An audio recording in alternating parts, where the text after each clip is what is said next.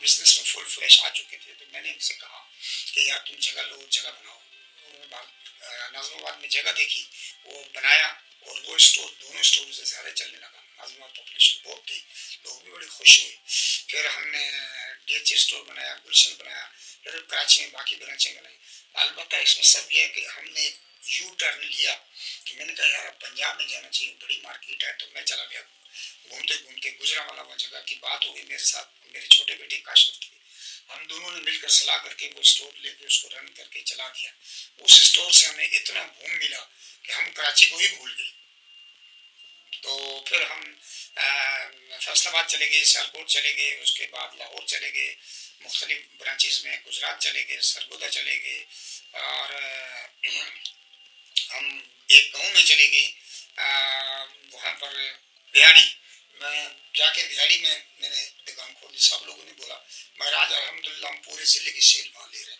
اس کے بعد ہم نے ملتان میں ہماری برانچیں بن رہی ہیں, بہاولپور میں ہم نے جگہ لے کے بنایا, پھر اسلام آباد چلے گئے, وہاں پہ بنایا, گجرات بنایا, سیالکوٹ میں پاکستان کی سب سے بڑی برانچ ہے.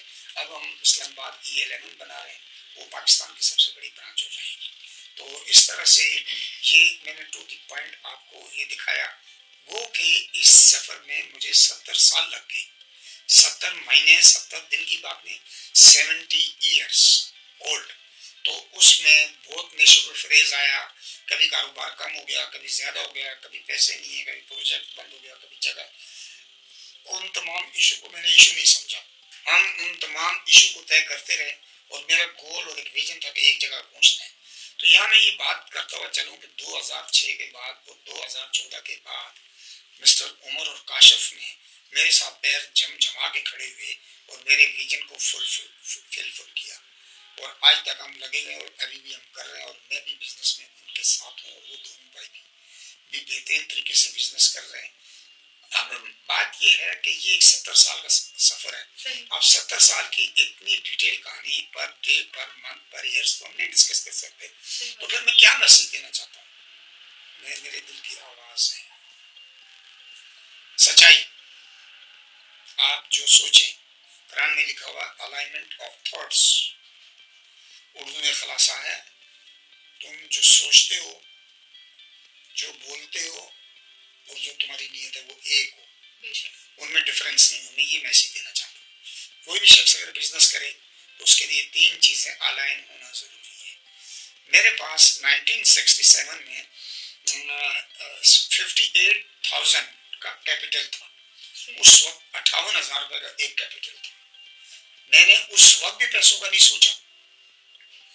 میں نے پھر کیا سوچا, میں نے یہ سوچا کہ میں لوگوں کے لیے آسانی کیسے پیدا کروں, میں لوگوں کو کیسے سہولت دوں, میں ان کے گھر میں یار کیسے سامان پہنچاؤں, میں کیسے سستی چیزیں ان کو دوں, میں کیسے کوالٹی, سب سے اچھی کوالٹی دوں ان کو.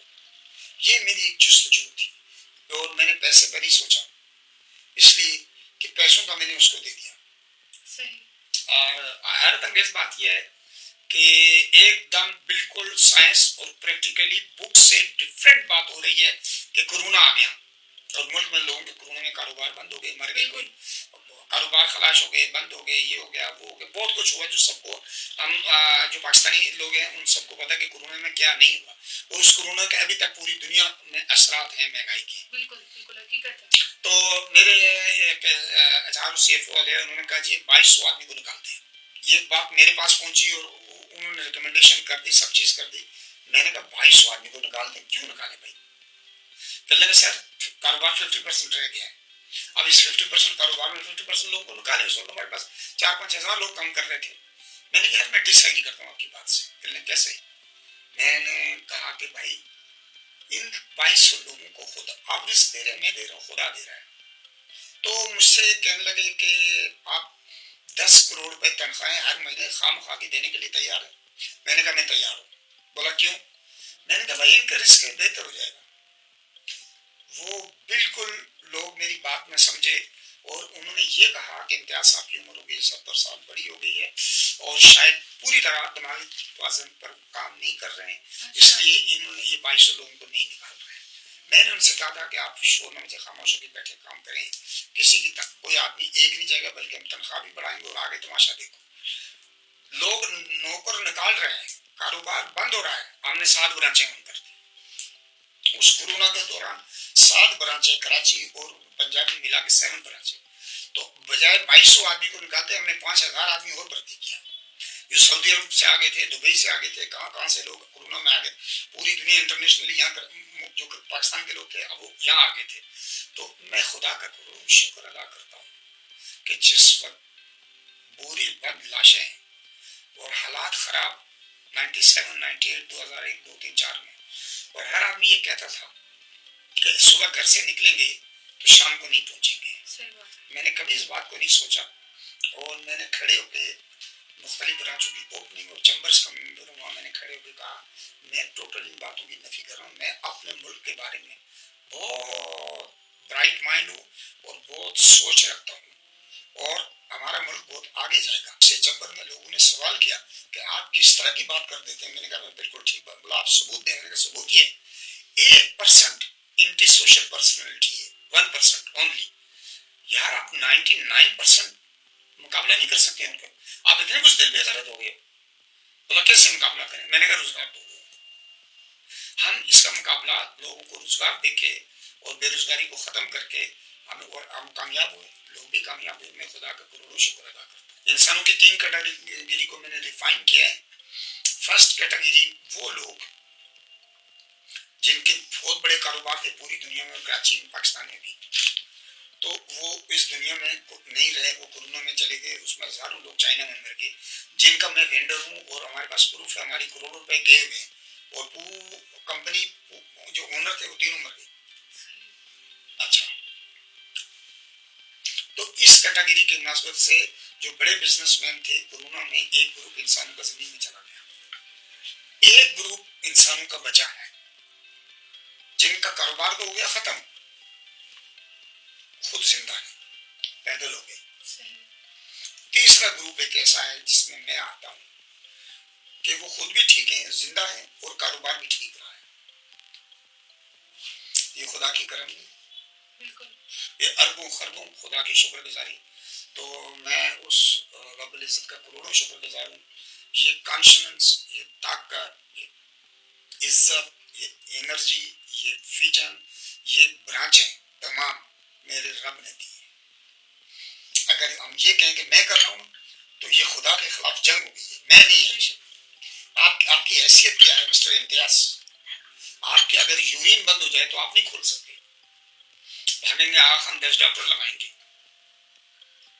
تو پھر اگر آپ کا یہ ہے تو پھر آپ یہ سوچیں کہ آپ کا یورین, جو اپنے باڈی کا یورین اس پر کنٹرول نہیں, تو آپ کا کس پر کنٹرول ہوگا؟ اگر کسی کا سانس رک جائے تو پورا پاکستان لکھ کے دے دیں سانس نہیں آ سکتا.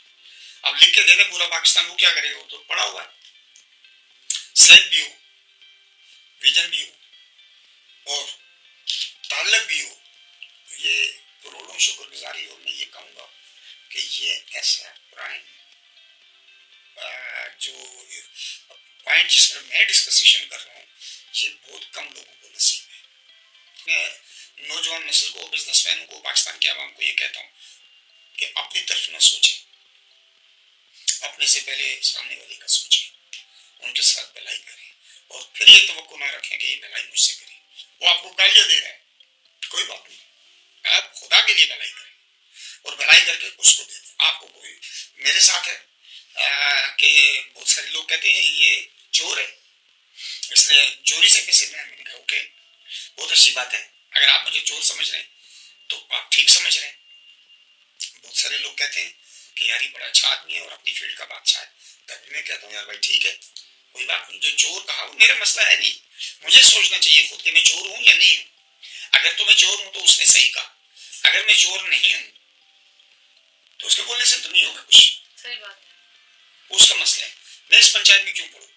اور اگر ایک آدمی کہہ رہا ہے بہت اچھا ہے اور یہ اپنی فیلڈ میں اچھا کام کر رہا ہے تو بھی میرا مسئلہ نہیں ہے. یہ وہ کہہ رہا ہے, مجھے خود دیکھنا ہے کہ میں کیا کر رہا ہوں, مجھے کیسے چلنا ہے. سر پوچھنا یہ چاہوں گی کہ اکثر زندگی میں ایسا ہوتا ہے, جیسے بات انسان ہے 10 جگہوں پہ یہ فیلنگ آتی ہے کہ اگر کوئی بھی ہرڈلز آ رہے ہوں, اسٹارٹنگ پوائنٹ میں آپ کی بات کر رہی ہوں آپ کی جرنی کا, یا پھر کچھ ایسے مخالفین جو آپ کو روکنے کی کوشش کر رہے ہوتے ہیں, تو ان سے مقابلہ آپ نے کس طرح سے کیا؟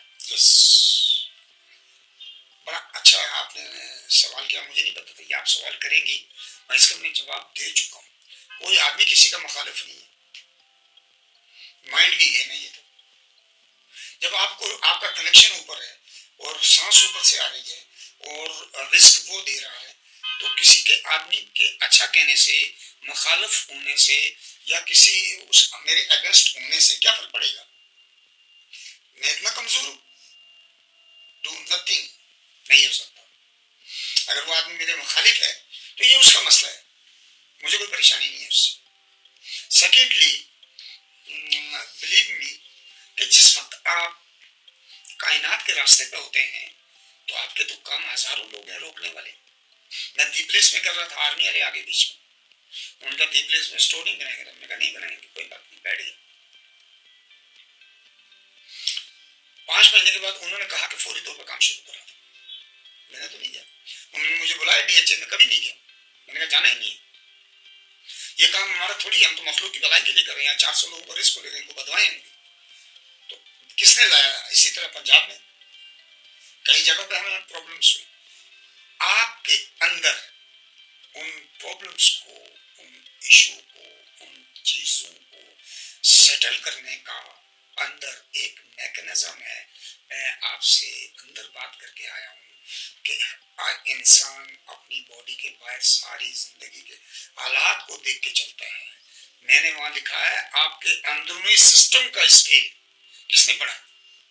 پڑھا کس نے؟ وہاں جو بورڈ میں نے کہا تھا یہ چیزیں, وہاں لکھا ہوا ہے اندرونی سسٹم. ہمارے اندر ایک سسٹم ہے, اس کو اجاگر کرو, وہ ہماری روح ہے. روح پاور ہے, اس کے آگے کون کھڑا ہو سکتا ہے ایسی کم کیسے سب کی؟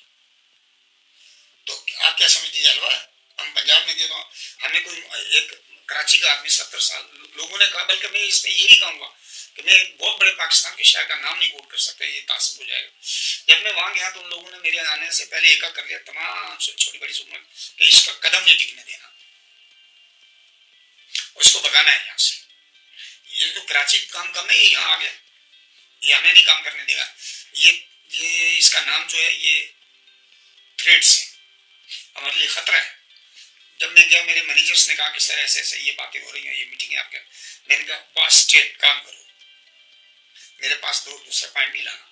نیکسٹ 3 دن کے بعد میری اوپننگ تھی, تو جو میرے مخالف تھے سب کو میں نے کارڈ بھجوائے. میں نے کہا ادھر آئے, وہ آئے, ان کو میں نے بلایا, بلا کے کھانا کھلایا. میں اسٹیج پہ گیا, میں نے کہا ایک دعا کرائی. میں نے کہا میرا یہ جواب ہے آپ کو, اے میرے خالق اور مالک, یہ لوگ 50 سال 40 سال 60 سال سے بیٹھے ہوئے کام کر رہے ہیں, پہلے ان کو رزق دینا, اس کے بعد پھر مجھے رزق دینا. مجھے پہلے نہیں دینا, کیونکہ ان کا حق پہلے ہے. پہلے بیٹھے وہ حیران ہو گئے, یار میں نے دعا کیا کرا دی. اور یہ دعا بات برائے بات نہیں ہے, یہ بات ریئل ہے کہ اللہ تعالیٰ پہلے ان کو رزق دے. ہمیں کوئی کمی تھوڑی کی تھی کراچی میں کہ میں بھوکا مر رہا تھا, میں پہلے گاڑیاں شان شوکت اسی طرح تھی, مخلوق کی بھلائی کے لیے گئی تھی. سارے گلے لگے, کھانا کھایا, اوپننگ میں شامل ہوئے, آج تک بات نہیں کی. آج ہمارے 5 برانچیں کام کر رہی ہیں. سر آپ کی فیملی کے بارے میں بھی زیادہ لوگوں کو نہیں پتا کہ آپ کی فیملی ممبر کون ہیں, مطلب کتنے افراد ہیں آپ کے, مطلب بچے کتنے ہیں؟ ہاں بہت اچھا کوشچن ہے. میں پہلے بات کر چکا ہوں کہ دونوں بیٹے میرے ساتھ ہیں, بہو اور بیگم. ہم ایک ہی گھر میں اوپر نیچے 3 فلور پر رہتے ہیں. سیکنڈلی بات یہ ہے کہ اسٹارٹ لائف میں میری جو بیگم ہے, میں دل سے ان کی عزت کرتا ہوں اور قابل تعریف ہے, انہوں نے میرے ساتھ بہت کوآپریٹ کیا. اگر آج کل کی خواتین کے اندر میں ادھر ادھر دیکھتا ہوں تو وہ کمپلین سے بھری ہوئی ہے. میری بیگم شکایت نہیں کرتی شروع سے. میں نے ٹائم دیا نہیں دیا, دیر سے گیا سویر گیا, انہوں نے مجھے نہیں کہا. انہوں نے کہا ٹھیک ہے, یہ آپ, ان کو پتا تھا یہ بڑی جستجو سے بڑا ڈیپلی لگے ہیں, اور اس وقت ہمارے پاس پیسے بھی اتنے نہیں ہوتے تھے, تو ان کو پورا مجھے کھیلنے کا موقع دیا. اور وہ بیچاری بچوں کے ساتھ لگی رہی, بچے پڑھائے لکھائے. میری بیگم جو ہے انہوں نے ہائر ایجوکیشن, میری بیٹی ایک ڈاکٹر بنائے, 3rd ڈگری MBA لندن سے کیا, بیٹے دونوں MBA ہیں, بیٹیاں MBA ہیں سب. مطلب میں یہ کہہ سکتا ہوں کہ میری فیملی کو میری بیگم نے پڑھا لکھا کے میرے آگے تراش کے رکھ دیا. میں سب کی شادیاں کر دی, 20 سال ہو گئے. اب 20 سال سے میں بالکل فارغ ہوں, تو پھر یہ کام کر رہا ہوں.